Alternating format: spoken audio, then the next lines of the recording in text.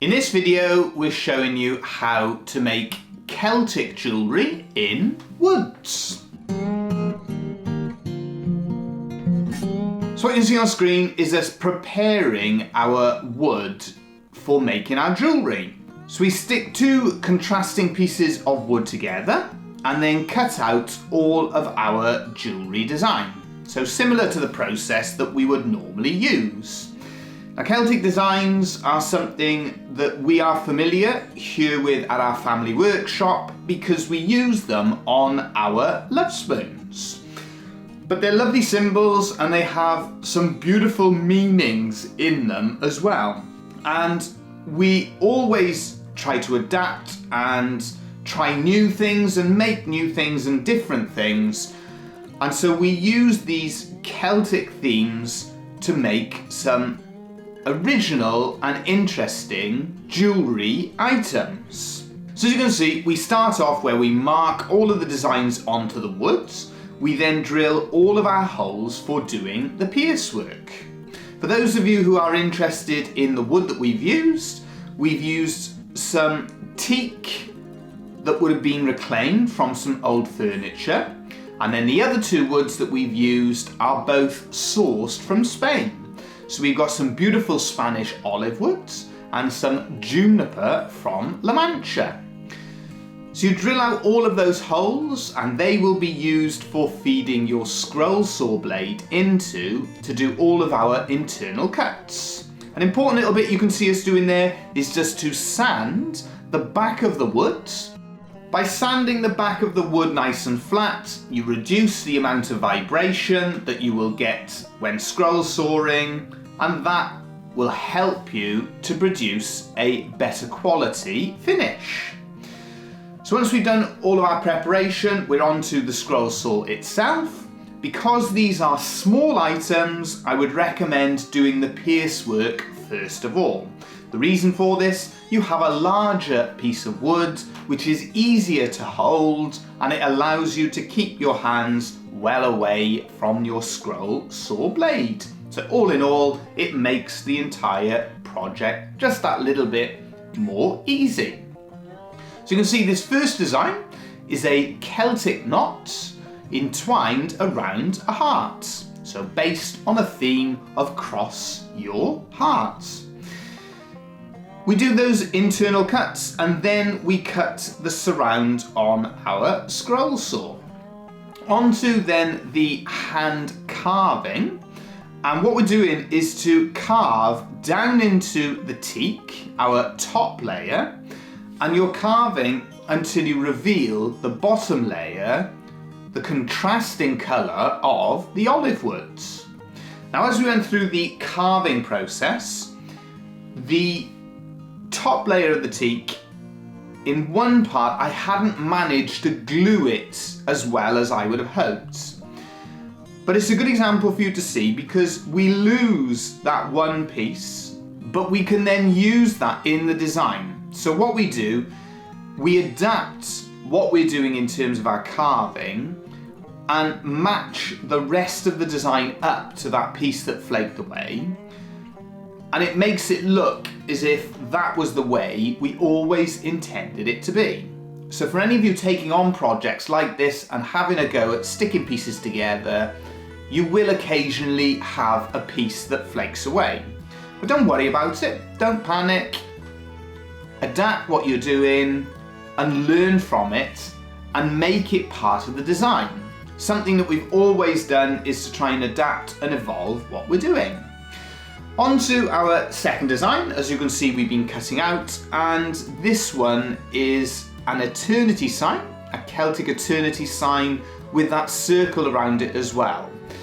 So when we're doing on love spoon, we quite often do the eternity sign, but we don't often do that circle around the outside as well, because it does add an extra element to deal with, makes it a little bit more complex.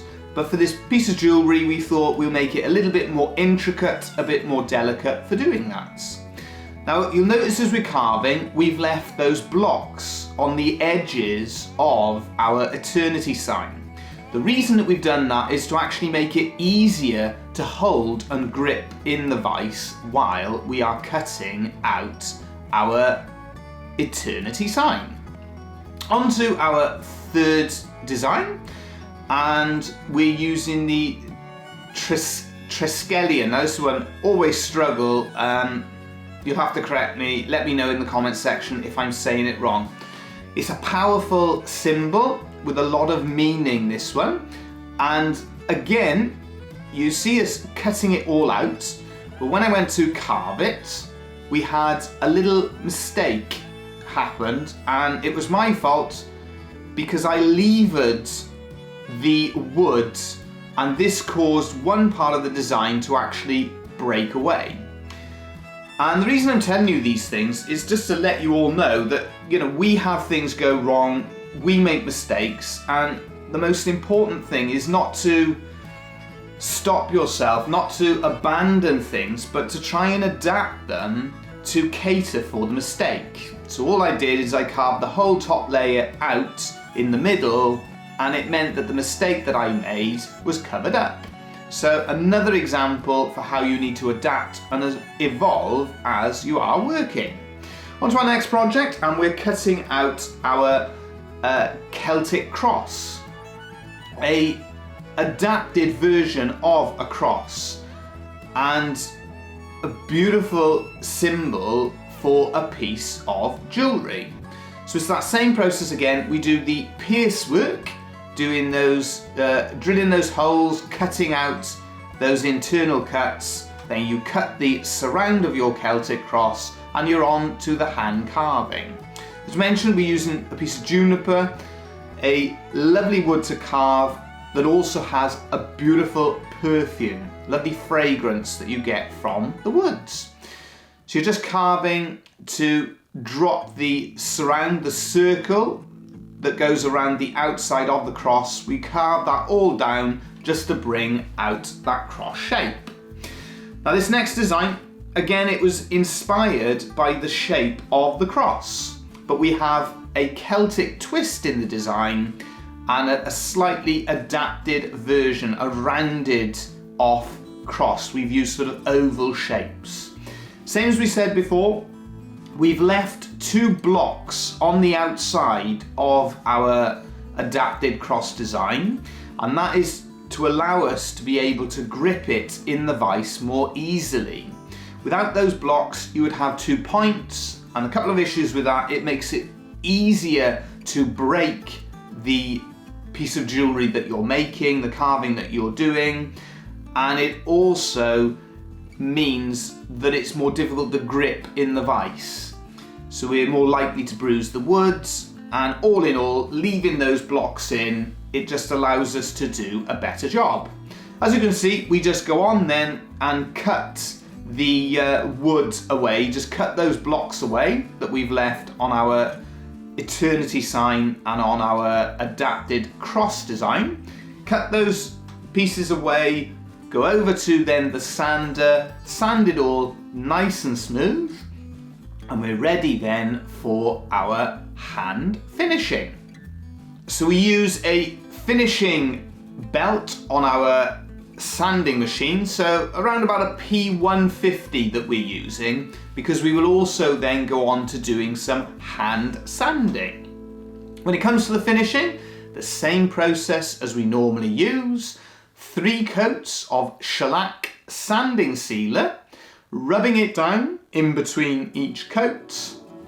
We then add a finishing coat of linseed oil mixed with beeswax, and that should bring it up to a nice finish. So as you can see there, a little bit of sanding just to take off any sharp edges, because we're trying to remember that these are going to be pieces of jewellery, so you don't want any sharp edges. Sand everything off nice and smooth in the finishing. Once we're finished then with our shellac, we're going to turn all of these, as we've done with the other jewellery demonstrations, we're going to turn them all into pendants. So we have to do a few different methods to add our necklace pendant.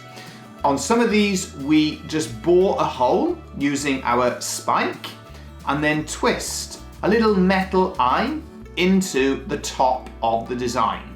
On other designs then, what we've actually done is to put them into the vise, to drill a hole through the side, and this hole can be used to feed through the leather cord afterwards. So what you have to do is to try and line it up nice and square, make that hole just a little bit larger so the cord will fit through, and then tie a knot in the top. Same on to the other ones, same methods we demonstrated before, bore that hole just in the top, twist in a little metal eye, and then feed the leather cord through, tie it up at the top. And that's how we make our Celtic themed jewellery. Hopefully that video is useful.